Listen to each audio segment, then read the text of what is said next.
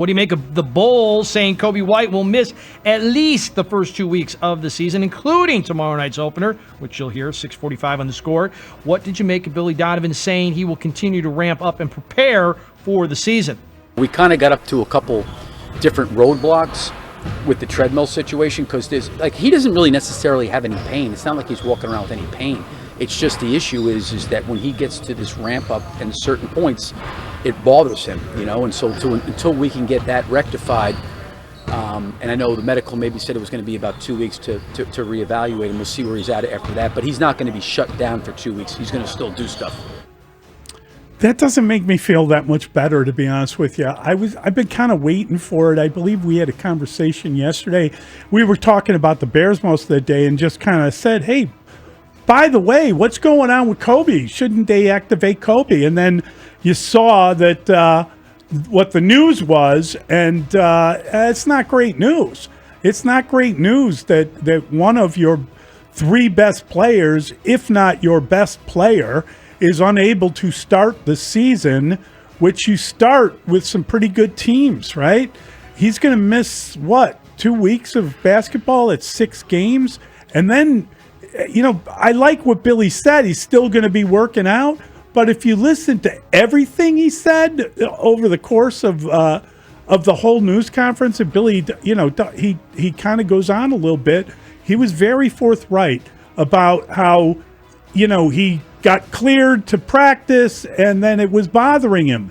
And he's got this going on with the treadmill, and then it would bother him. And it's, he can do all the things he wants. He needs to, lift weights, work out, and he needs to have that feel well enough to be able to play. And Billy at one point said he's not used to the banging that goes on in a basketball game. That's not good, man. You need him to be at your best.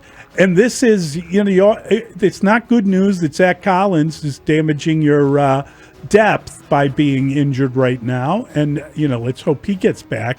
It'll be, a month before they even know what's wrong with him or determine if he's passed with his what's it called? The displaced fracture.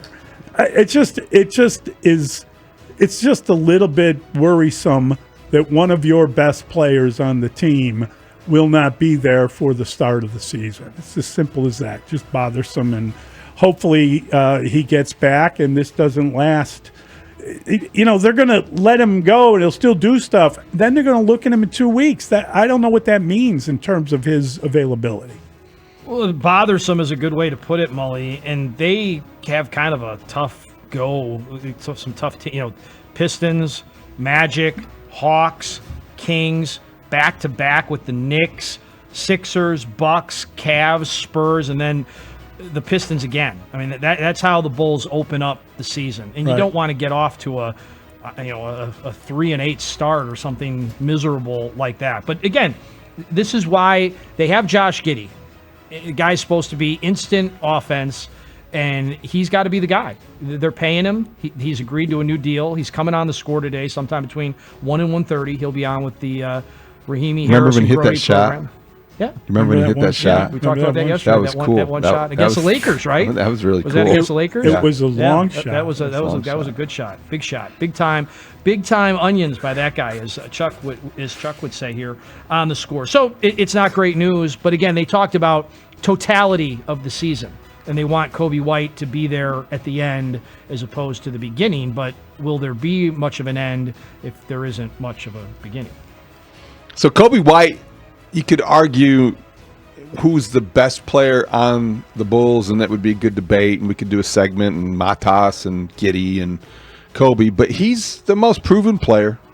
There's really no debate about that. Coby White is the most proven player on the Bulls.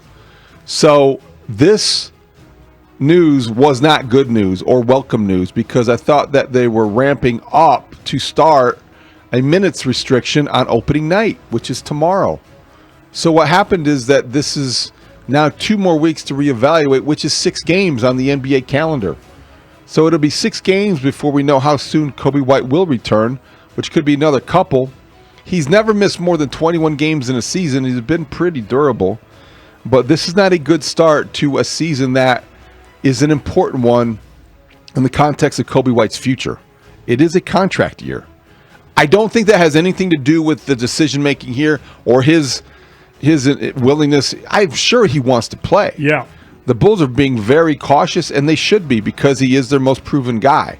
They're different. This is why you brought Trey Jones back, though. This is why you signed him to that free agent contract. I would be as concerned if I'm the Bulls with Zach Collins' injury because it looks like it could be longer. Yeah. And that stops you from trading Vooch. If you want to trade Vooch, obviously they're going to keep their eyes open, but it's probably into the season before that would be a thing. But I would be more concerned without Zach Collins how you're going to guard anybody in the paint because you are now officially a sieve defensively. So you don't have Coby White for at least 6 games, Zach Collins for a month before you know more. Your defense is compromised. This is full-fledged crisis mode, I think. You're starting the season in a position where you didn't want to be. And the Bulls aren't trying to be bad this year.